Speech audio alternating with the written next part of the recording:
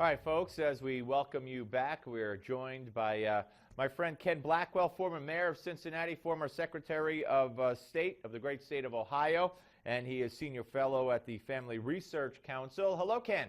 Hey, Steve, good to be with you. Always great to talk to you. I got to tell you, you wrote a piece the other day at townhall.com is where I saw it, and I can't think of a more important issue, and I have been on this issue for a long, long time, along with you, and a select few, because unfortunately, not enough people care about this or are willing to talk about this or want to talk about this.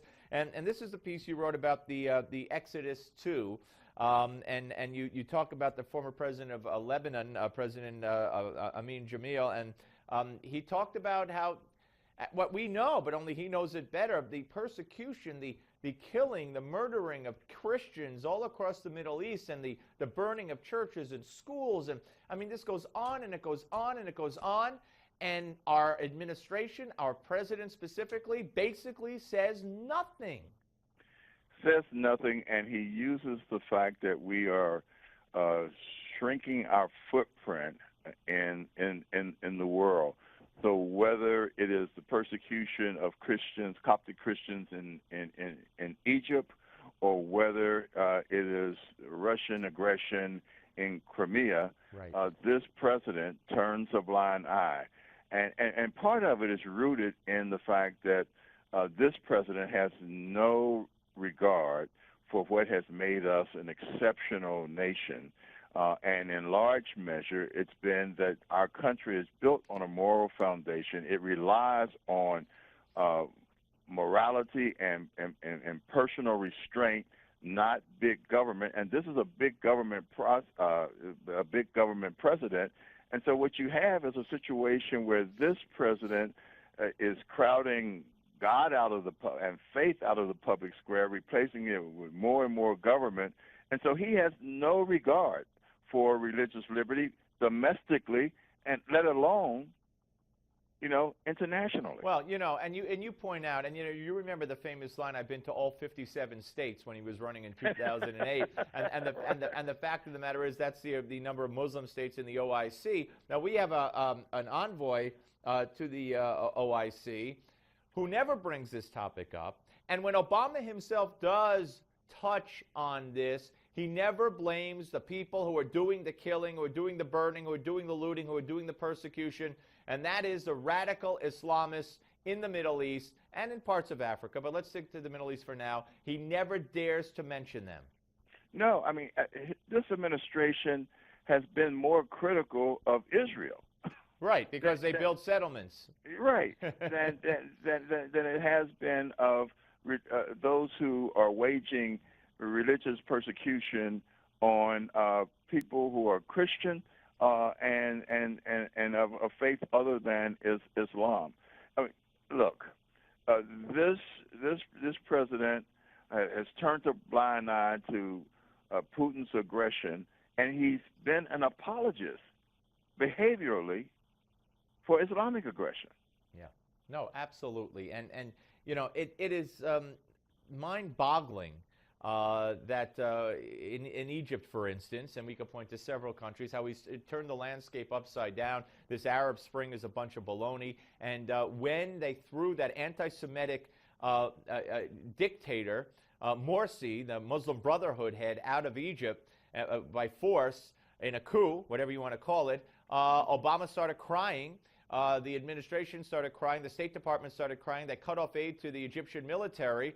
And, and just the other day when the court in Egypt sentenced over 500 supporters of Morsi to death for the murder of a police officer, I said, how long is it going to take? And it took less than 24 hours. The State Department came out with a live body and said, we're very troubled, and this is not how things should be done.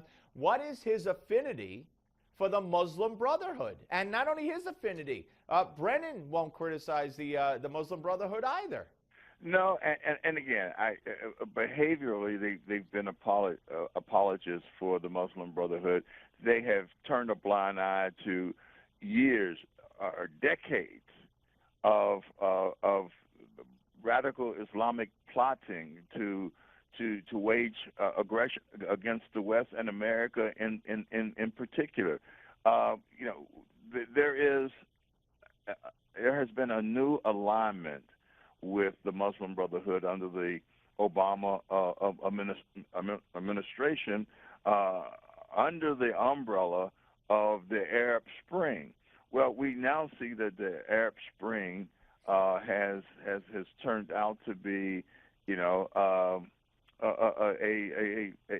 real joke. I mean, it has fallen short because the Muslim Brotherhood is anything but a democratic organization. Yeah. All right. And Ken, you wrote another piece that is very interesting to me, and you talk about how World War I. We have the 100th anniversary of World War I in 2014, and there's going to be a lot of documentaries and you know, and recognition of that and analysis of that, and you see very many similarities between World War I, pre-World War I, and where we are as a nation and as a world today.